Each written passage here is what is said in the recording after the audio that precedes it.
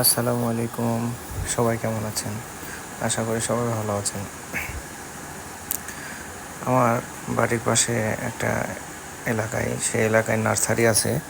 সেই নার্সারিতে আমি আর আমার ফ্রেন্ড চলে গেলাম।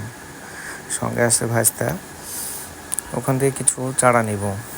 চারাগুলো হচ্ছে মরিচের, বেগুনের। নিয়ে আমার বাড়ির পাশে একটা ছোট্ট জায়গা আছে, সেইখানে লাগানোর চেষ্টা করব। সেই জন্যে আমি চলে গেছি চারাগুলো নিতে। আর সে চারাগুলো আমাকে তুলে দিচ্ছে এবং তুলে দিবে নার্সারির যে মালিক সেটা।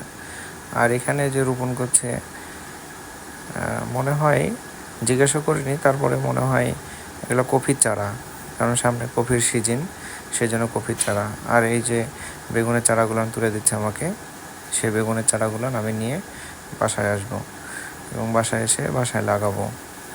আমার যে জায়গা আছে সে জায়গায় লাগিয়ে ওখানে বেগুন হলে তারপরে বাসা থেকে সে বেগুনগুলো খাওয়া হবে।